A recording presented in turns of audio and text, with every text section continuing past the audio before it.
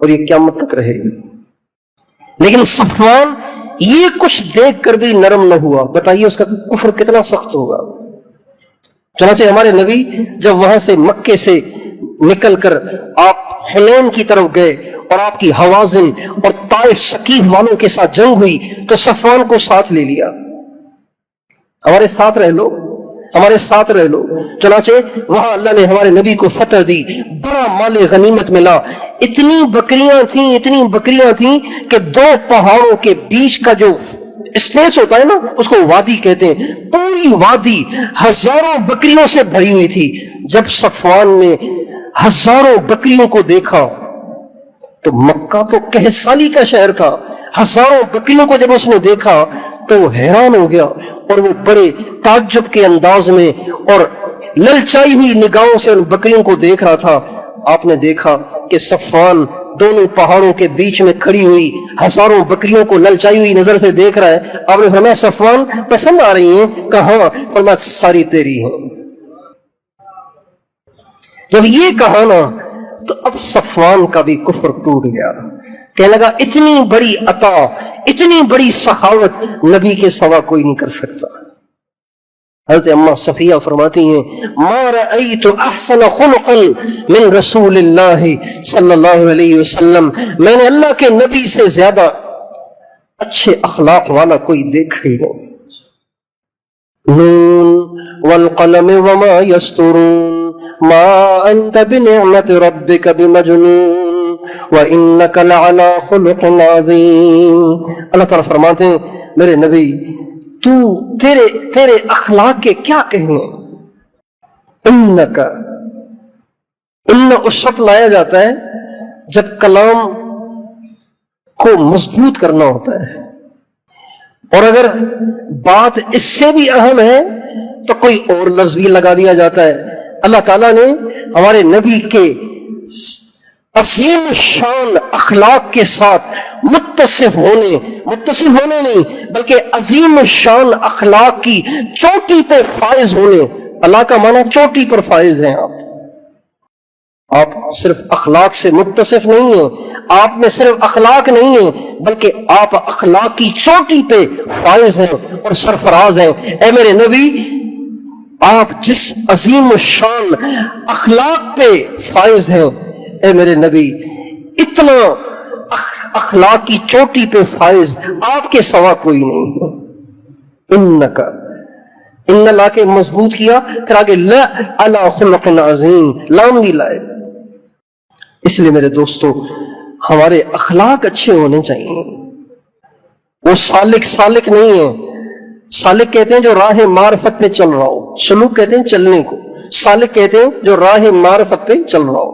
وہ سالک نہیں ہے جس کا غصہ اس کے قابو میں نہیں ہے، اس لیے کہ وہ اللہ کے راستے پہ چل ہی نہیں رہا۔ وہ سالک نہیں ہے کہ جو معاف کرنا نہیں جانتا۔ ہمارے اخلاق اچھے ہونے چاہیے، تو وہی اپنے اخلاق کو اچھا کریں گے۔ غصہ آئے تو کیا کریں گے؟ اور اللہ سے اس کو مانگیں کہ اللہ مجھے غصہ آتا ہے، میں پاگل ہو جاتا ہوں، تو مجھے ہمت دے کہ میں اسے پی لیا کروں۔ دیکھیں نا، اللہ تعالیٰ نے یہ نہیں کہا ان کو غصہ آتا ہی نہیں ہے، اللہ نے فرمایا ان کو غصہ آتا تو ہے لیکن وہ پینے والے ہیں۔ اخلاق کی وجہ سے انسان ان درجات پہ پہنچ جاتا ہے جن درجات سے میری عبادت سے نہیں پہنچ سکتا، صرف عبادت سے نہیں پہنچ سکتا۔ جب آپ کو غصہ آیا، آپ نے پیا، آپ کا درجہ بلند ہو گیا، آپ اللہ کے قریب ہو گئے۔ تو آپ کے ساتھ کسی نے زیادتی کی، آپ نے کہا کوئی بات نہیں یار، معاف کر دیا میں نے، تو آپ اللہ کے قریب ہو گئے، آپ کے درجات بلند ہو گئے، آپ اللہ کی نظروں میں بلند ہو گئے، اچھے ہو گئے۔ اور جب آپ نے برائی کرنے والے کے ساتھ اچھائی کر دی، پھر تو آپ اللہ کے محبوب بن گئے۔ اللہ تعالیٰ مجھے اور آپ کو ان صفات کے ساتھ متصف فرمائے۔ اللہ تعالیٰ کے ہاں انسان کا درجہ صفات سے بنتا ہے، کیفیات سے نہیں بنتا۔ یہ جملہ یاد رہے گا، یہ جملہ یاد رہے گا۔ اللہ تعالیٰ کے ہاں انسان کا درجہ اور کس سے نہیں بنتا؟ ہاں، کیفیت اچھی چیز ہے، اچھی چیز ہے، لیکن درجات اس پہ موقوف نہیں ہیں، درجات کے لیے صفات چاہیے۔ ایک صفت ایسی ہے جس پہ اللہ تعالیٰ نے وہ وعدہ کیا ہے جو اس کے علاوہ کسی صفت پہ نہیں کیا، اور وہ صفت ہے صبر۔ وہ صفت کیا ہے؟ انما یوفی الصابرون اجرہم بغیر حساب۔ اللہ تعالیٰ صبر کرنے والوں کو اجر دے گا بے حساب، کوئی گنتی نہیں، یہ اور کسی چیز پہ نہیں فرمایا۔ انما یوفی الصابرون اجرہم بغیر حساب۔ اس کے دو مطلب ہیں، ایک مطلب یہ ہے کہ اللہ گن کے نہیں دے گا، تھوک سے دے گا۔ دوسرا مطلب یہ ہے کہ اللہ قیامت کے دن ان سے حساب ہی نہیں لے گا، ان کو ان کا اجر یعنی جنت بغیر حساب کے قیامت میں پہنچیں گے، میدان محشر میں پیش ہوں گے، پیش ہوتے ہی ان کو کٹہرے میں کھڑا کیے بغیر، ان سے پوچھ گچھ کیے بغیر، ان کی نیکیاں برائیاں تولے بغیر فرمائیں گے اس کو جنت میں لے جاؤ۔ یہ صبر والا ہے، یہ صبر والا ہے۔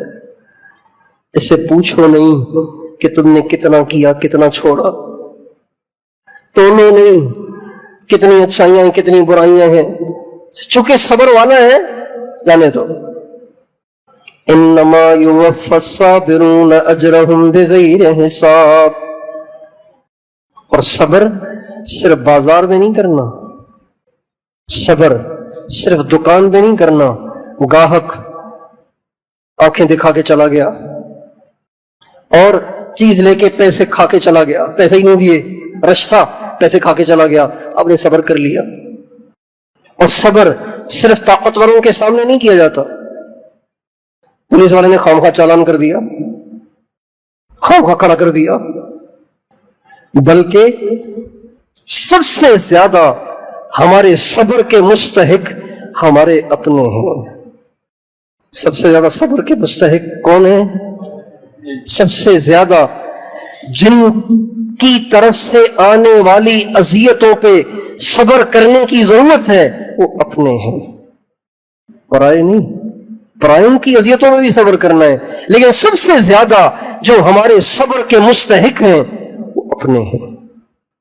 ماں کی طرف سے کوئی ناگواری صبر، باپ کی طرف سے ناگواری صبر، بیٹے کی طرف سے ناگواری صبر، بیوی کی طرف سے ناگواری صبر، بھائیوں کی طرف سے ناگواری صبر، دونوں کی طرف سے ناگواری صبر، استاد کی طرف سے صبر، شیخ کی طرف سے صبر، ساتھی کی طرف سے صبر،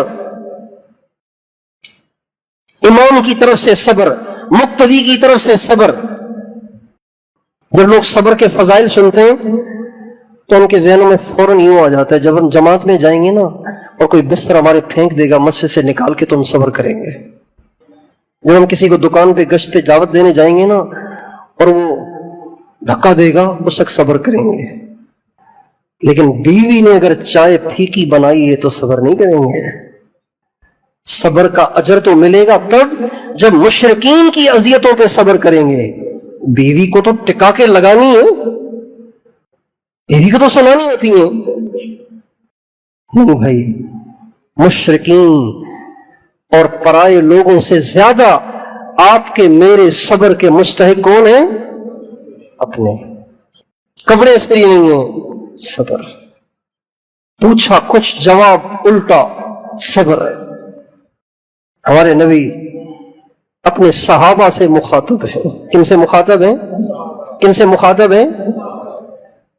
اور ایک صحابی کا درجہ دنیا کے سارے غوثوں سے بڑھ کر ہے۔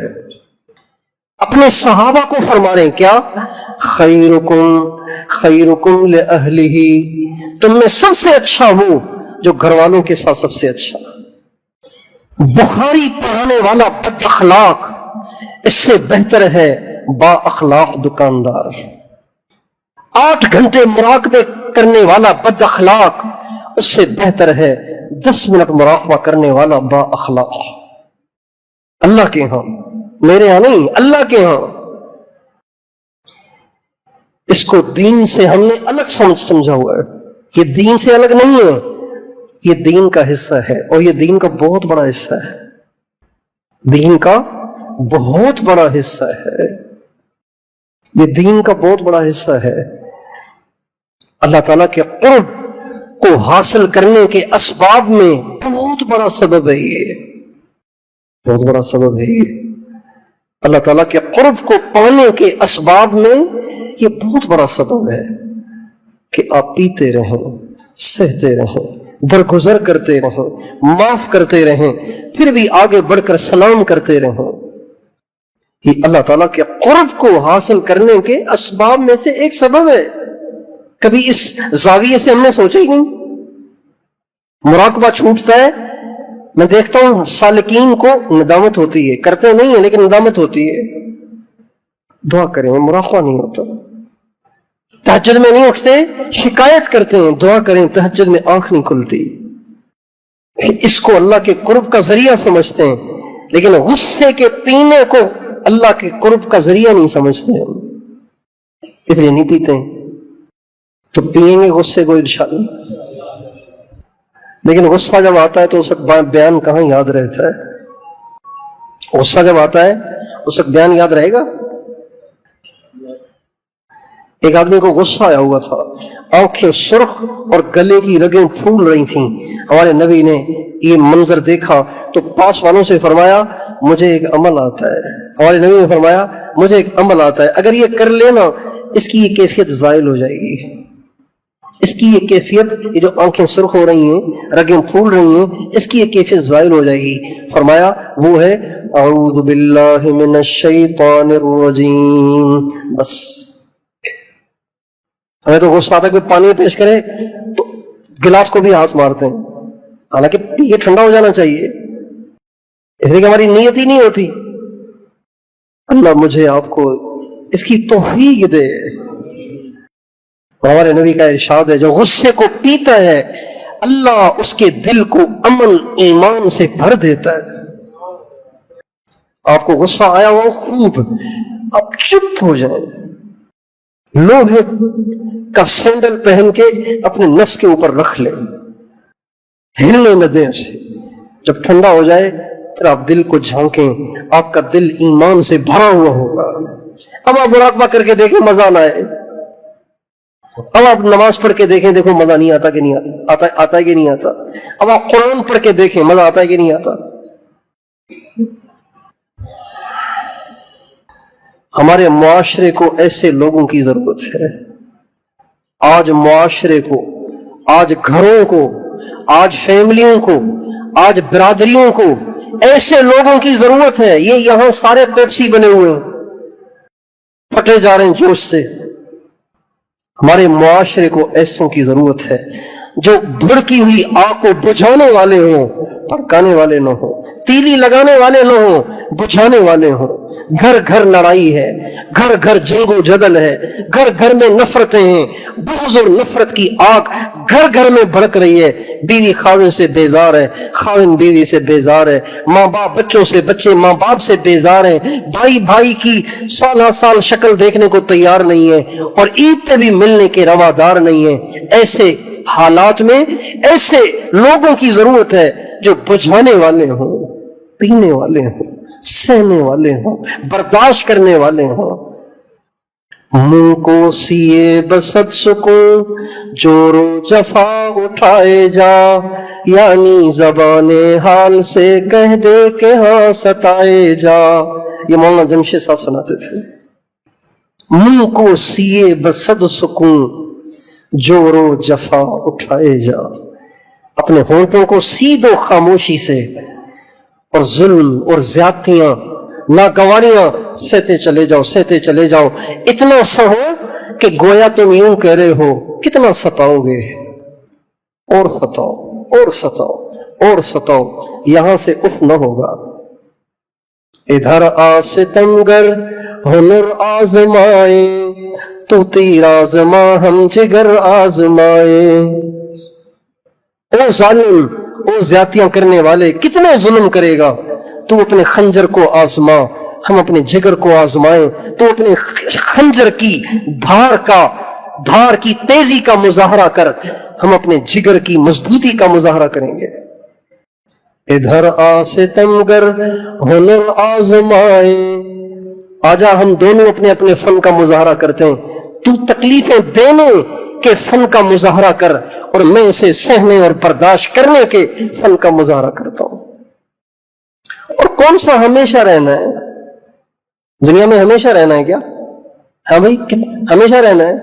اکثر تو گزر گئی ہے، کچھ تو گزر ہی گئی ہے، باقی پتہ نہیں کتنی رہ گئی ہے۔ برداشت کریں گے، برداشت کریں گے، برداشت کریں گے، برداشت کریں گے، مرنے کے بعد جو انعامات ملیں گے تو سارے بوجھ اتر جائیں گے، دل ہلکا ہو جائے گا اور خوش ہو جائے گا۔ شکر ہے کہ میں نے برداشت کیا کہ مجھے یہاں اتنے بڑے بڑے انعامات ملے، اگر میں برداشت نہ کرتا تو یہاں میں خالی ہوتا۔